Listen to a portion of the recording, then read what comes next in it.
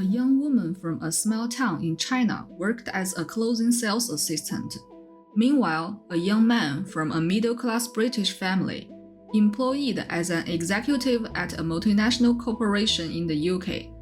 They met and fell in love in Shanghai, a story that began like a romantic Cinderella and Prince Charming tale. However, the narrative took a tragic turn, with one ascending to heaven and the other ending up in prison, completely altering the destinies of two families.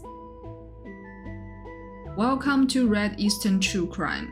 Let's dive into today's story. Michael Simpson was born in 1982 in Dorset, England. He grew up with a brother in a happy family and received a good education. Michael started his career by becoming a successful manager for the UK brand Next. At the age of 27 in 2009, Michael was chosen to head the company's expansion in China and was sent to Shanghai. He managed the online shopping site and the store operations, having to visit each store regularly. During this time, Michael met Fu Weiwei, a sales associate in the children's clothing section. They quickly developed feelings for each other, and a few months later, Fu Weiwei found out she was pregnant, which led to their decision to get married. Fu Weiwei was born in 1987 in Nanjing County, Hubei Province, China. She grew up with an older brother in a difficult financial situation. Her father repaired bikes and her mother had several part-time jobs to cover expenses. After finishing junior high school, Fu Weiwei did not continue her education. Instead, at age 16, she moved to Shanghai to seek opportunities. She started with the basics, gained work experience little by little, and illustrated good communication skills with customers. These qualities eventually enabled her to become a sales associate for the UK company Next. After getting married, they moved into a rented apartment in Shanghai, and Fu Weiwei stopped working. In 2010, they had a son named Jack. 1 year later, they went back to the UK to celebrate their wedding with their son. While in the UK, the entire family, together with Michael's relatives and friends, enjoyed spending time together and attended football games. Fu Weiwei frequently shared their joyful moments on Facebook. However, Michael's father, Ian Simpson, began to notice that Fu Weiwei wasn't completely interested in fitting in. She often sat alone, observed her phone, and rarely started conversations. Sometimes she came across as self-centered. In 2012, they had a baby girl named Alice in Shanghai. Their two children brought a lot of happiness to the family, but over time, they started to argue more because they didn't share similar interests and struggled to communicate. Michael paid for everything at home, including the expensive international preschool for their kids, which was stressful for him. Fu Weiwei did not comprehend this and spent too much money, which resulted in frequent arguments. Michael also observed that she had difficulty managing her anger.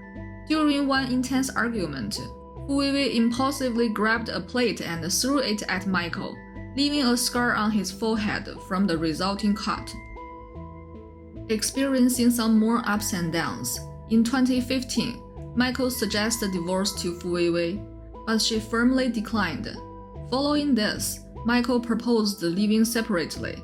He would take care of their two kids and provide monthly financial support, while Fu Weiwei would receive money to cover her living expenses and visit the children every week. Fu Weiwei agreed to the agreement, and they formalized it with a separation agreement. After they separated, Michael spent a lot of time with the children. He took them on trips and occasionally brought them back to the UK. He posted about these wonderful moments on social media. Fu Weiwei also saw the kids regularly. This went on for some time until a new person came along and upset the balance. Michael met Rachel Lin, a new colleague who had studied in the UK for several years and had recently returned to the country. They hit it off and soon started to have feelings for each other. Rachel was okay with Michael being separated and waiting for their divorce to finalize. In China's marriage policy, there is a provision that states if a couple has been separated due to emotional discord for over 2 years and mediation efforts fail, divorce can be granted. Therefore, once 2 years have passed, Michael can file for divorce, and Fu Weiwei cannot alter the final decision even if she disagrees. Rachel also got along well with the children. After some time, she moved into Michael's apartment. However, Michael did not let Fu Weiwei know about his girlfriend and that she was now living with him and the kids. On March 20, 2017, Fu Weiwei went to Michael's apartment to pick up their children for an outing. While there, she spotted a woman's purse on the couch. Since she and Michael were not yet divorced, she believed that he was seeing another woman, which she reviewed as cheating. Additionally, Michael had invited this woman over to be with their kids, which made it even worse. Fu Weiwei was filled with anger and decided to make plans with 2 friends. They planned to go to Michael's apartment that evening to catch his mistress. Fu Weiwei instructed her friends to take photos and record a video, while she personally confronted the mistress to embarrass the unfaithful couple. With this evidence, it ended up damaging both Michael's and his affair partner's reputations. Before leaving at 8 p.m., Fu Weiwei put her and Michael's marriage certificate and photos into her handbag. However, she didn't tell her friends that she had also concealed a knife in her handbag. That night, she knocked on Michael's door, accompanied by her 2 friends. Fu Weiwei entered the room and engaged in an argument with Rachel. Fu Weiwei claimed that she was Michael's lawful wife and that Rachel was the mistress. When Fu Weiwei realized that Rachel was also Chinese, she became even more furious. Fu Weiwei attempted to attack Rachel, but Michael intervened. Fu Weiwei angrily retrieved a knife from her handbag and slashed Rachel's right arm deeply. Michael held Rachel, screaming for an ambulance. This only made Fu Weiwei even more jealous and enraged. She stabbed Michael 4 times, causing him fall to the ground immediately. Everything happened too quickly, and her friends didn't have time to react.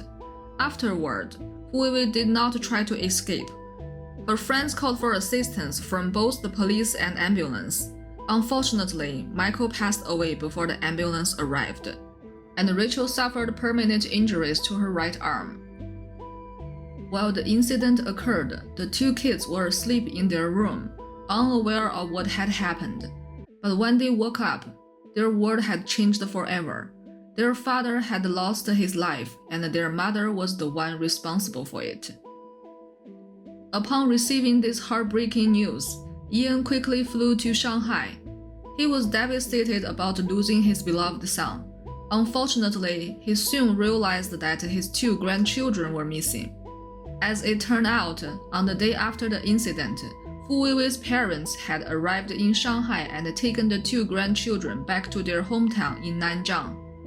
Ian was unaware of their address and tried to contact Fu Weiwei's parents and brother, but received no response. Later, Ian hired an attorney and filed a lawsuit in the local court to get the custody of the 2 kids and take them back to the UK for a better standard of living. Nonetheless, Fu's family declined Ian's request to see the children. Ian was unable to contact the Fu family directly, so the 2 sides communicated with each other via lawyers. Before Fu Weiwei's trial in November 2017, the family asked Ian to write a letter of forgiveness to reduce Fu Weiwei's punishment. However, Ian refused the request. According to Chinese law, if the victim's relatives officially forgive the offender, the sentence can be significantly reduced. It's similar to a guilty plea in the UK. In this particular case, Fu Weiwei's sentence could potentially be reduced from life imprisonment to around 10 or 12 years. As a gesture of goodwill towards Ian, Fu family agreed to arrange a 5-hour meeting between Ian and the children. In March 2018, Ian finally met the children along with Michael's mother Linda. Over the course of a year, the children underwent significant changes. Moving from an international school in Shanghai to a regular school in a small town limited their chances of practicing English. Consequently, both kids experienced a noticeable decline in their English skills and became more introverted. Ian showed them pictures of their father, causing them to feel a strong sense of yearning. This brought tears to their eyes as they missed their father dearly. Fu family was present and closely monitoring the situation. Then, Fu's father surprised Ian by requesting that he cover the child support expenses for the past year. Ian found this request unreasonable and rejected it. After they split up, Ian couldn't reach the kids directly. He found out that Fu family had been hiding the truth from them. They told the kids that their parents had gone abroad for work. Ian was worried that over time, the kids might forget Michael. He hoped to bring them to the UK, give them a good education, and personally take care of them. So Ian suggested he would write the letter of forgiveness to help Fu Weiwei get a reduced sentence, waive any civil compensation, and also pay £10,000 to her family. Sadly, Fu family didn't accept the offer. Ian visited Fu Weiwei in prison in Shanghai to ask for her support in their pursuit of custody for the children. However, she refused to cooperate and didn't apologize for Michael's death. She informed that Ian the decision would be left to her family. After rejecting Ian's offer, Fu's brother made a new request. He was concerned that if the children went to the UK, their mother might have problems seeing them in China as planned. He asked Ian to pay a deposit for security, giving a detailed breakdown of costs, including airfare, transportation, lodging, food, visa fees, and the cost of Fu Weiwei's trip to the UK after her release. The total amount was £63,000, and they also asked for the letter of forgiveness. Ian thought this request was unfair and saw it as a way for Fu family to use the children to get more money. He refused to comply with this demeaning demand and did not give them the letter of forgiveness. On July 9, 2018, Fu Weiwei received a life sentence in her first trial. She must pay Michael family around £17,000 and Rachel around £33,000 as a compensation. In December 2018, after a series of back-and-forth discussions, Ian and Fu's parents eventually came to an agreement. Ian decided to waive the court-ordered compensation that Fu Weiwei was supposed to pay and instead paid £9,200 to Fu's parents. Fu's mother, representing the family, signed a document relinquishing custody right for Alice. Ian brought 6-year-old Alice back to the UK to reside with him, while 8-year-old Jack remained in China. The agreement stated that the children would receive 2 phone calls each week and 1 shared vacation per year. Ian is responsible for paying the vacation expenses. On December 28th, Alice and Jack said goodbye to each other at a restaurant. The night before, Jack had cried while begging their Chinese grandparents not to let Alice leave. At that time, the lawyer suggested Ian that he should quickly get into the car with Alice to avoid any last-minute changes by Fu family. After an 8-hour train ride, they reached Shanghai and soon flew back to the UK.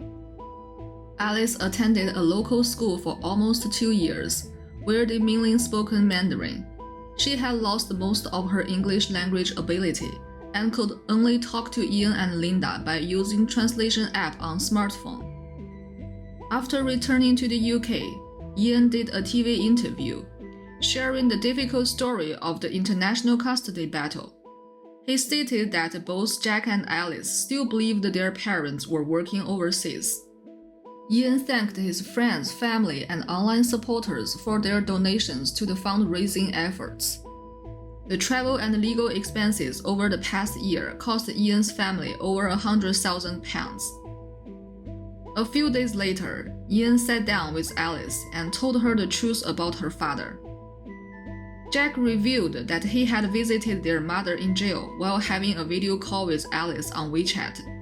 This made Alice ask Ian if their mother had done something bad to their father. Ian admitted it and made an effort to present a neutral account of the incident without demonizing Fu Weiwei. Alice has adapted quickly to life in the UK and has been actively learning English. She has often told Jack that he should come and live here too. Jack and Fu's parents live in a remote Chinese town. Jack doesn't have many opportunities to learn English at school, and he shares a bed with Fu's father because he doesn't have a room of his own. Ian had prepared a special room for Jack and has been working hard to bring him home. In September 2019, Ian and Linda offered to deposit £40,000 into Fu Weiwei's bank account as a means of supporting her after her release from prison. In return, they wanted Jack to come live with them in the UK. However, on Christmas Day, Fu family reportedly demanded more than £60,000 to agree to the deal. Ian explained that the reason the Fu family want to keep Jack is so he can look after his mom. It's the traditional Chinese way. Fu Weiwei's earliest release date is 2036, by which time Jack will be 27. After returning to the UK and living with Ian, Alice seems to be well taken care of. Currently, there's no information on social media about Ian bringing Jack back home. Jack is now around 13 years old. According to Chinese government regulations, teenagers over the age of 16 can obtain a passport without the attendance of a guardian. If Jack is still in China, it's hoped that he will be able to use his ID to get a passport when he turns 16. When he becomes an adult, he will be able to decide for himself whether to stay in China or move to the UK. Hopefully by then, Jack will have the determination to make his own life choices, not to be physically or emotionally controlled by Fu family. As for Fu Weiwei, her crimes and her family's subsequent actions towards Ian and the children have caused anger and shame among many Chinese people. Many critical comments about her can be found online, and some individuals have even taken to her Facebook page to express their disapproval. In some rural areas of China, some farmers may receive a monthly pension of as little as $20, leaving them struggling to make ends meet. If they fall ill, even with insurance coverage, medical expenses can pile up, often forcing them into a grim wait for death. These elderly people often continue to farm or take odd jobs despite their advanced age, or they rely on their children to support them in their old age. Fu parents aren't farmers. They earn about £700 a year, which is considered an average income in a small town in China. Fu's brother has played an important role in many decisions. There's a concerning phenomenon in China where some daughters of families with multiple children are referred to online as Fu Di Mo. This phrase, regardless of cost to help brother, reflects situations where parents pressure their daughters to use their hard-earned money or money received from their husbands to support their brothers in buying homes, getting married, or raising children. There's a saying on internet that when Fu Weiwei and Michael got married, Fu family might have felt unhappy because they didn't get a bride price for their daughter from Michael. The rejection of Ian's proposal to exchange retirement fund for Jack's custody probably stems from the possibility that Fu's brother and parents do not directly manage those funds. The preference for sons over daughters still exists in various parts of China. Unfortunately, Jack's importance to Fu family seems to be tied more to the responsibilities he will assume in the future than his growth, well-being, and happiness.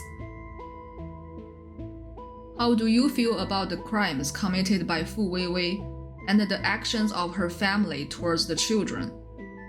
Please share your thoughts in the comments below.